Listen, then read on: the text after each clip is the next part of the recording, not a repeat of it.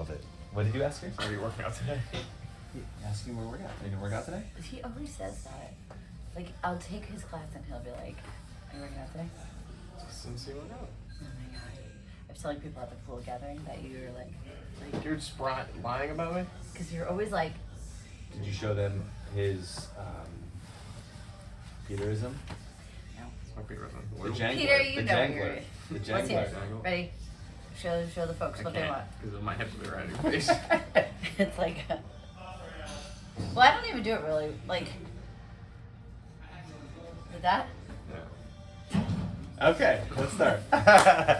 Okay, guys, we are here with Coach's Corner, Coach's Question. This is volume 1 of maybe 1,000. We're gonna have some dialogue here, some of value, some of humor, some of banter, everything in between.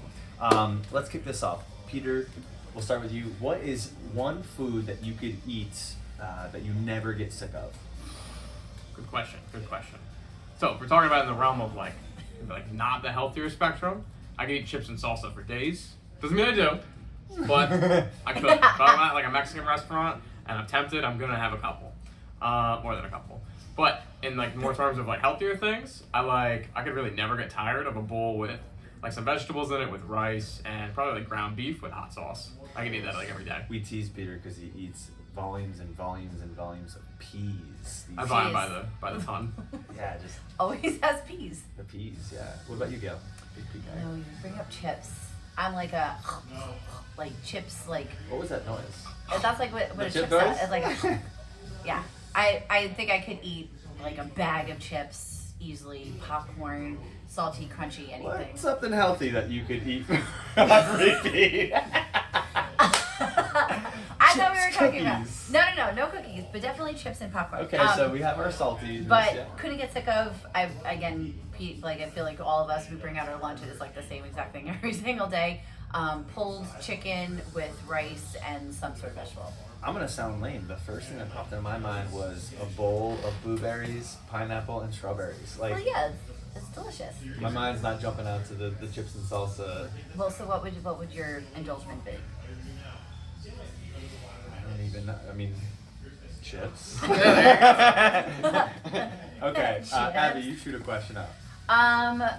Let's go to, let's see, something like back to class.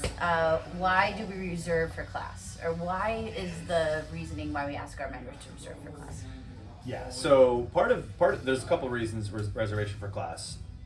Some big things that help us as coaches is see and map out who's coming. So we look at, okay, we have 12 people, 18 people, 8 people, whoever it is, and then we can begin to create in our minds how each person, we can coach them a little bit better, what they need, have we seen them, have there been absences, have they been super consistent? So it kind of helps us better lead our class. Obviously we're mapping out our class plan and just kind of follows through in that. That's the first thing that jumps out to me. What do you think? I go along with what he said, along with like if we know that you're coming in, maybe like especially right now we have a couple people who are dealing with like maybe some like back things going on or shoulder things. Just knowing if we have say like squats for the day, just so we know something off the back of the hand, what person A is going to be that's dealing with one of these things versus like scrambling last minute to be like, I don't know what you're going to do for today. Yeah, like having a plan. A backup plan. Yeah, and I think logistically too. You know, Yes, logistically, logistics. I think Sean said it best. Like we create. It's not just about the workout. It's like creating an experience. So if we have like rowers in the back and you're progressing forward and then you're progressing to this and we only have 9 rowers but we have 22 people and then 2 people show up and they did a reserve and it's like, oh my god, okay, now what do you have to do to try to create the same experience that we had in our mind initially? For sure. I remember asking you this question, so I'll ask it and then answer it to give you guys space to think. What is something that you used to think to be true in terms of fitness or exercising that you now know not to be true? And I'll kick this one off. I remember I thought that when you worked a muscle, say like biceps, that I should see dramatic growth and change like that. Like I thought, okay, I'll do like 3 sets of 21 curls and my arms are just gonna be 3 times the size. And you get a pump from that, right? But you know, I learned this is my early on days when I look the same. So this mentality that I had to learn the hard way that real progress, real results take time. They take time, and it's a slower process and journey than we would all like and want. Mm-hmm. What do you think? The I feel like it's reoccurring. Like the lifting weights is going to get you bulky. Like I remember initially, Yes. it was all about like cardio, higher reps, lower weights, and like being very nervous about growing in size when it takes a lot to do so. And now like thinking like just makes you stronger and it makes you leaner and yeah, that's definitely something that got squashed very early on. I'd say when I first started working out, always pushing yourself to like the deep end, like always taking for like lifting, always going to a max set. If it was 10s, 12s, whatever I'm doing, versus like what we do for the past at least more than a year is we're taking like percentages and we're trying to follow those as strictly as possible because there's a reason for it. If we're doing 75%, but you're really pushing more towards like the 90 or the 100, and you guys are going to recover a little bit slower, definitely not going to have like the adaptations that we're looking for. So just knowing that like you don't always have to push to 1,000%. Mm-hmm. Like tapering back's always sometimes can be like the better option. What's the fastest you've ever been caught speeding? You know what's so funny? I was going to ask like a funny question like that. I was going to say, do you brush your teeth in the shower? I do. Every day. I do too. Yeah, I start it out and then I finish it in there. You really? You know what I always forget to, like the nighttime brush? I'm looking for my, and this happens every time. I'm looking for my brush, I'm like, and I'm like, every time, you know? Fastest, I think 80. Yeah, I'm in the 80s 55. too, yeah. I think like 78. All right, think. okay.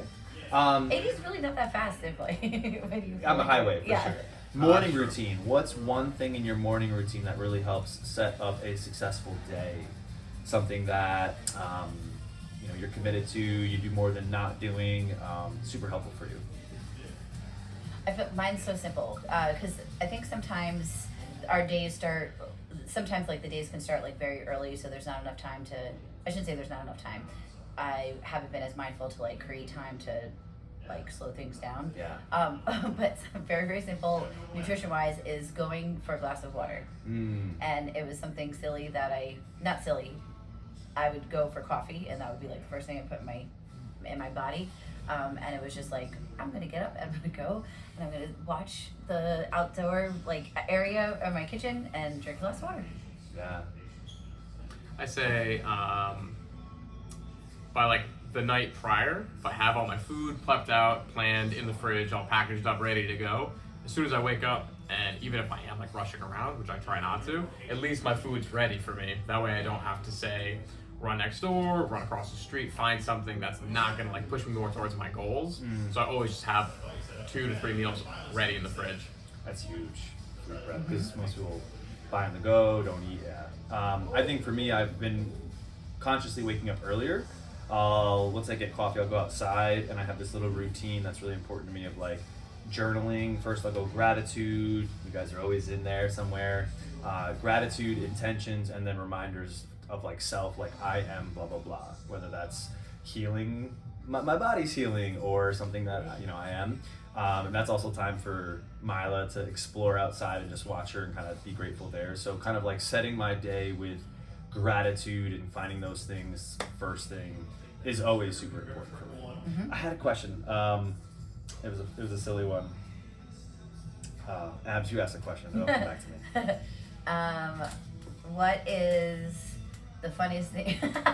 What's like the funniest thing that you've done alone, like in the privacy of your own home, or like by yourself, like whether it's tripped and you laughed, or you like broke something, or you did something like. You clearly have one that's on your radar. I don't, nothing's jumping off on right away. I'd love to hear what yours is. I just laughed because Oh it my didn't. god. Okay. So I had flip flops on and they were wet, and we have a board that's slightly off center on our pool, or on our front deck, and the garbage man was coming, and I forgot to put the garbage out, so I was like running, and then my flip flop slipped, and then I fell in the hole of the thing on the deck, all because I was trying to get the garbage man's attention, and then like he laughed and I laughed, and it was really funny. I actually almost got very, very badly Yeah. hurt. But Sounds slippery.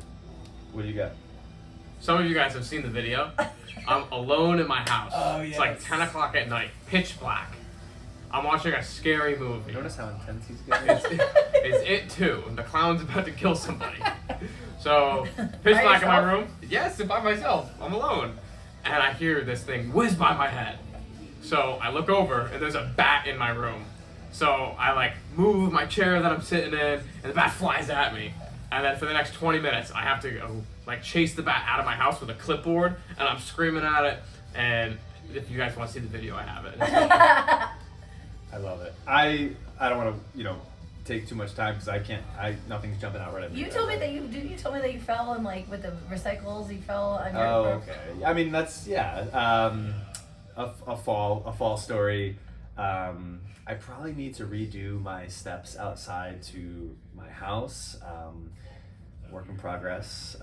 And it was wintertime. Mm-hmm. And I had, this actually happened to me a couple times. I've had like my breakfast and I've fallen, but I had recyclables at the time, and it was like classic Home Alone. Like I took a step and I like foot goes in the air, recyclables go flying in the air. Luckily, this durable body, was okay when it hit the ground on the snowy ice, and recyclables just like in the air like balloons. It was like slow motion. But, yeah. Okay, training question.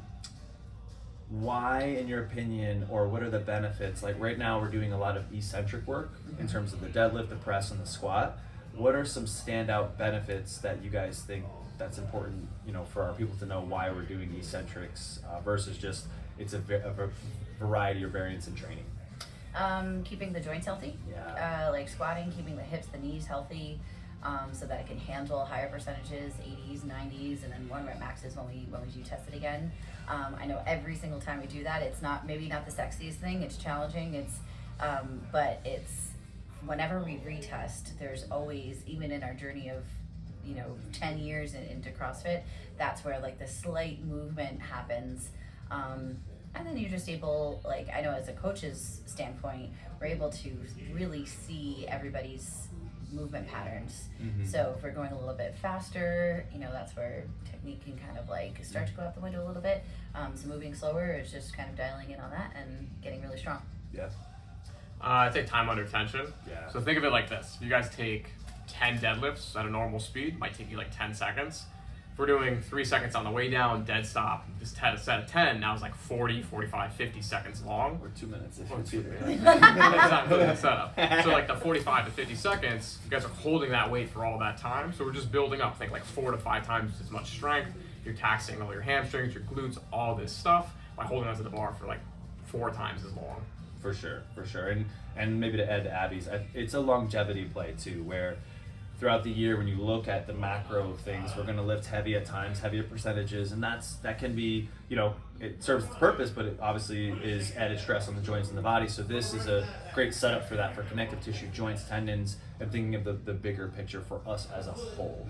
Mm-hmm. Then they say like if you move really well slow, you move better fast. Absolutely. Like, yeah. What would be your end question for volume 1? Oh, here comes Nolan. I know. Let's guess. You want to do the dentist thing? No, we don't do that. He'll be like the dentist. Well, he'll come in at the very end, and that could be. We'll ask him a question. What should we ask him? Nolan, What's up? come here, Nolan. We're filming our Coach's Corner, and you get the last question. All right, the last question. What size is your underwear? Extra large. Small and large. Ah! Whoa! Right here. 9 inches. All right.